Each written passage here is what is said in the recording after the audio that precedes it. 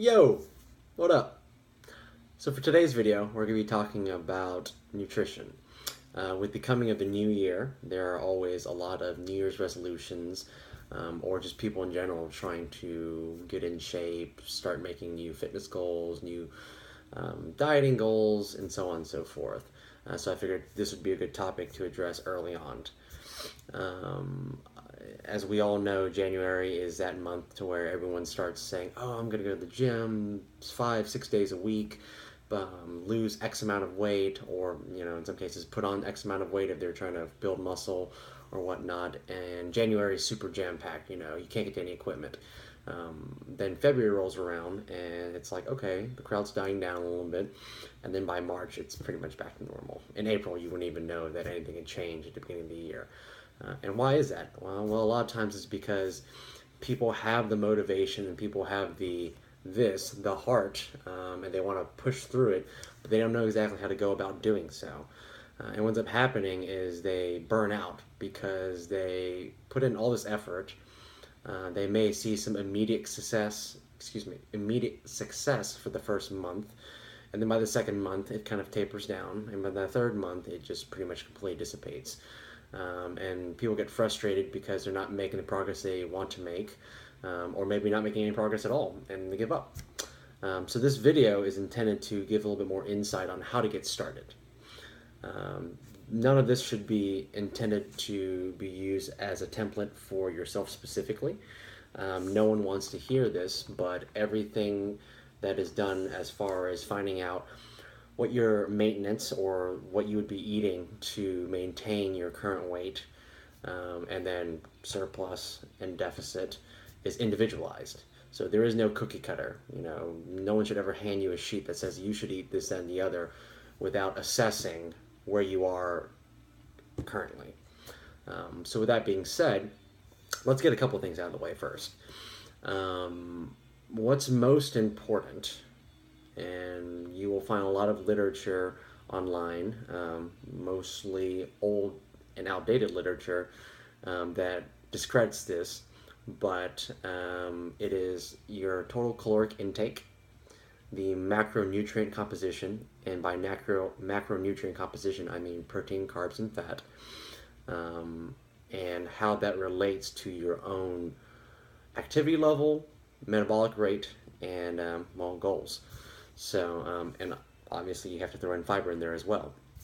So, I say that because of the fact that a lot of, even still nowadays, people would say, "Oh, well, you need to eat clean, or you need to eat, these type foods, chicken breasts, broccoli, brown rice, so on and so forth, because they're cleaner foods."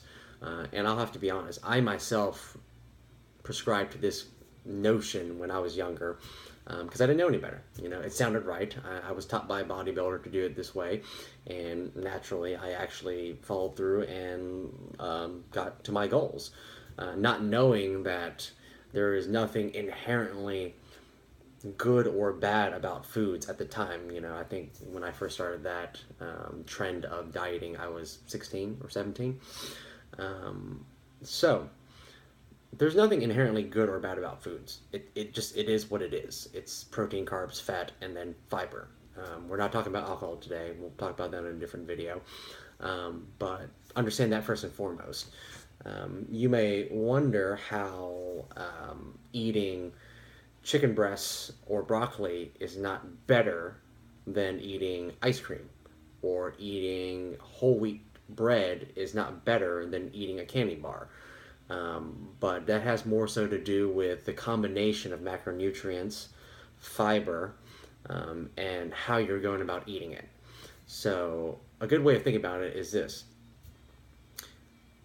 there's nothing inherently bad about eating ice cream, but if you eat a lot of ice cream, we know that to be bad, as far as from a body composition point of view. If I ate a gallon of ice cream, yeah, you probably could put on some weight. Now, is it the ice cream itself that is bad? No, not at all. It's the fact that I ate a gallon of ice cream that probably ended up having 100 grams of fat, 600 grams of carbs, and who knows how much protein. And that went over the goals or numbers that I would be required for my own body composition goals. So to get started, let's take, for example, a 175-pound male.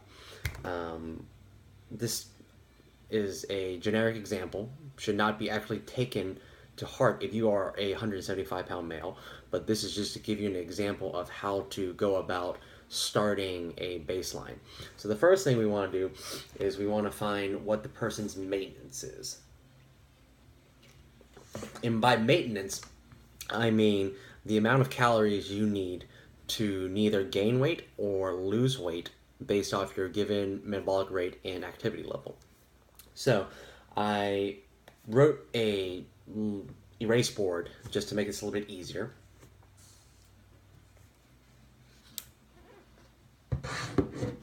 And hopefully you can see this.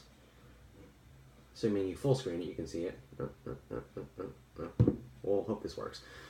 So in the middle here, you see I put, as an example, 175-pound male. Right down the middle, I guesstimated, saying that, hey, all right, this guy eats 2,500 calories to maintain his current body weight with his current activity level. So that's what he eats to not put on any weight or not gain any weight based off his activity level and his current metabolism. I generically kind of wrote down what his protein, carbs, and fat intake are. Protein is 4 calories per gram of protein, carbs are 4 calories per gram of carb, and fat is 9 calories per gram of fat. So based off that, I kind of calculated, and I didn't write the percentages down, we'll kind of go over that in another video, but this is just a good starting point for what I would guesstimate, say this imaginary person had. So based off this, if the person were trying to gain weight, say put on lean muscle, or just put on tissue in general, I wrote over here a surplus. So I didn't add too much. You don't want to go overboard, especially if you're not familiar with this to begin with. You don't want to take big leaps because at the end of the day, if you're starting new, you're starting fresh, or even you're not, there's not a whole lot of benefit for jumping the gun too much. If anything, you'll end up putting on too much weight and probably in turn put on more fat than you intend on, or lose weight but then hurt yourself as far as giving yourself more leeway to cut from if you're trying to lose body fat. The same way you don't learn to run before you walk. You wouldn't cut 1,000 calories before you cut 300 calories, and vice versa. You wouldn't add 1,000 calories before you added 300 calories. Adding too much or removing too much at one time really does not do you a service because it's just going to screw up your metabolism. Anyways, I digress. So the middle one is your maintenance. For this one, surplus, if someone were trying to put on some lean body tissue, I added 300 calories, and I adjusted the macronutrients accordingly. So as you see over here, I changed the macronutrient composition. With this, you can see that protein actually remains the same. So assuming this 175-pound male were to try to put on some lean body mass, I actually kept protein the same. Increased carbs, increased fat accordingly, and as you can see, I actually showed how many calories are being intaked for each macronutrient, as well as the grams associated with each. On the deficit side, over here, I did the same. Kept protein the same, dropped carbs and fat accordingly, and kept protein the same. As you can see, fiber is actually the same all the way through. Now, naturally, by eating more and eating less, depending on what your carb sources are, you can you can add or remove fiber. But I usually like to keep that also relatively constant for multiple reasons. So at the bottom, though, you see I wrote IIFYM, and that's a term that's been popularized around a lot more recently. And I'm actually about to put this down, so if you want to continue to look at this, I would probably pause the video so you can actually see this. Hopefully you can see it better now. Alright, sorry. But IIFYM stands for if it fits your macros. This has been a much more popularized term recently, and people are starting to understand what it means in the sense that the most important thing when trying to find nutrition goals, especially when you're first starting off, getting that foundation down right, is figure out what your caloric intake needs to be, whether it be just to maintain, to be in surplus, or to be in a deficit, as per what I just showed you on that erase board, and then adjust accordingly. Based off of that, figure out what your protein, carbs, and fat would be associated with that. I typically would suggest for a person getting in the gym, doing resistance training, to go around 0.8 grams per pound of body weight. In the example that I gave, it was 1 gram per pound of body weight, and that would 100% be okay too. Actually, I typically recommend that for people that have been training for a while. But if you're someone who has not been eating a lot of protein to begin with, that could upset your stomach, could upset your GI system a little bit. So you may want to not make that huge jump right away. But for the example I gave, 175 grams for a 175-pound male would be 1 gram of protein per pound of body weight. Fats usually are going to be, give or take, around 20 to 25% of your caloric intake, and then whatever is left over in carbs. So the IIFYM, what that stands for is once you establish those numbers, and the way you establish those numbers is, one, find what your maintenance is. No one's going to know that without fooling around with it and kind of testing. All right, if I eat the numbers that I just put out right there, say the maintenance one, 2,500 calories, and I do that for 2 weeks with the same training, with the same everything, and I put on no weight, I could more or less reasonably assume that that is my maintenance calories or my maintenance caloric intake. Then based off that, what I want to do, whether it be put on lean body mass or lose body fat, can be adjusted accordingly. So for the surplus one, I added 300 calories, which is not significant, but enough to see some gain in tissue, and adjusted macros accordingly, as you saw in the erase board that I put out. And then for the deficit, I removed 300 calories and adjusted accordingly, also keeping protein the same.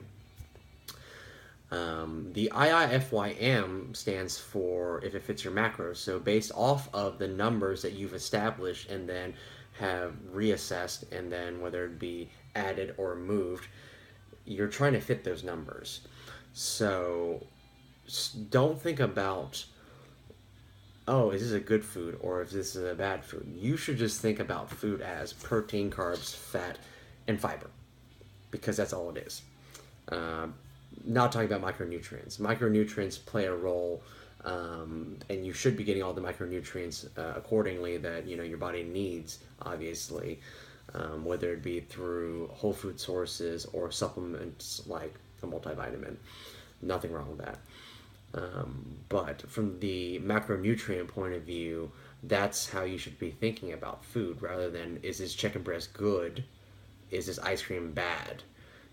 Ice cream inherently is not bad. You're not going to get fat just because you ate ice cream, the same way you're not going to get lean just because you ate chicken breast and broccoli. It depends on, does it fit your goal? And your goals are based off, are broken down into numbers. The problem with the idea of attributing good or bad to food is that we are attributing something that doesn't exist to food, and that is a positive or negative. Is this good? Is this bad? Is this healthy? Is this not healthy? And all that is subjective.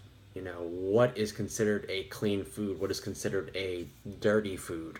Is it something that's been processed? Is it something that has, more fat? I mean, how would you define that? There is no good definition for that. You ask 10 different people, you'll get 10 different answers on what's a good food and what's a bad food. Unfortunately, you'll still see a lot of trainers these days talk about things in terms of good, bad, and attributing these characteristics that just don't exist. When in reality, all it breaks down to is numbers, and those numbers are protein, carbs, fat, and fiber. If you hold all things accountable, caloric intake, protein, carbs, fat, and fiber, for your goals, it should be relatively the same. The only difference I would say would be how your body processes those foods. So it goes without saying that some people process different foods better than others. You know, some people may have some lactose or like some milk and get really bloaty and gassy, whereas someone else may not. Someone may have white rice and bloat up in the stomach area, and they perceive themselves to put on weight while eating white rice, when in reality it's just their GI system didn't digest it very well and they're retaining water. That aside, as far as actually changing body composition, no, it's protein, carbs, fat, and fiber. That's what you should be going by. So this video is now going on 16 minutes, a lot longer than I intended. Let's rehash. So if you're starting up and you've made this far, we're going to go about this. You want to find your maintenance caloric intake. In the example I gave, it was 2,500 calories for a 175-pound male. From there, you want to find your macronutrient composition breakdown, your protein, your carbs, your fat, percentages, and how many grams, what you would need to make up that 2,500 calories. And then in addition, fiber, still important. On top of that, it's just more satiating, or satiating? I don't know how to pronounce that. Oh well. Then from there, you want to either figure out if you want to be in surplus or deficit. At this time of the year, most people are trying to lose weight or lose body fat and get leaner. So oftentimes that has to do more so with in deficit. Things to remember, again, key points. Don't overdo it. Don't crash diet. I'm not sure if crash bulk is the correct word. That sounds kind of goofy. But don't overdo anything, because if you're starting something new, there's no reason to rush into it. I mean, this is a battle of attrition. I mean, you want it to be a lifestyle and not a diet. If you still think of something as a diet when you're doing it, then that implies inherently that there's going to be an endpoint. If you think about it as a lifestyle, something you can sustain, then it's not anything that you have to ever go, all right, at X date, I will be done with that. There's a reason why bodybuilders and competitive athletes for that type of field have competition days, because they will plan accordingly their diet, and they will figure out, all right, this is where I'm going to be here, this is where I'm going to be there, and then I'm going to peak at this point. Unless you're doing something like that, if you're doing something like that, of course, that's different. But if you're just the recreational person trying to get in shape, or make progress toward goals along the way, you really have no rush. There's no reason to rush it. If anything, you're shooting yourself in the foot, because by rushing it, you're less likely to adhere. And on top of the fact you're less likely to adhere, you'll probably burn yourself out quicker and possibly even cause yourself some metabolic damage if you end up, supposed to maintain at 2,500 calories and you go, oh, I want to lose weight really fast, so I'm going to drop to 1,000 calories and starve myself. Yeah, you'll lose weight, but you're going to have some really negative repercussions for that. So, anyhow, let me bring out that chart one more time, because of the fact that if you want help with this kind of stuff, I highly recommend this website, Avatar Nutrition. I'm going to let you kind of look at it for a second. That way you can actually write it down or type it in Google or whatever. Avatar Nutrition is an interactive engine made by Dr. Lane Norton. Very brilliant man. It's, I want to say, $10 a month. Super, super cheap. And one of the best engines you can use for helping develop what your macronutrient breakdown, your caloric intake, and all that would be according to your goals. I've recommended many people to that site that have seen great success with it. You really can't beat $10 a month for essentially a personal trainer via the internet.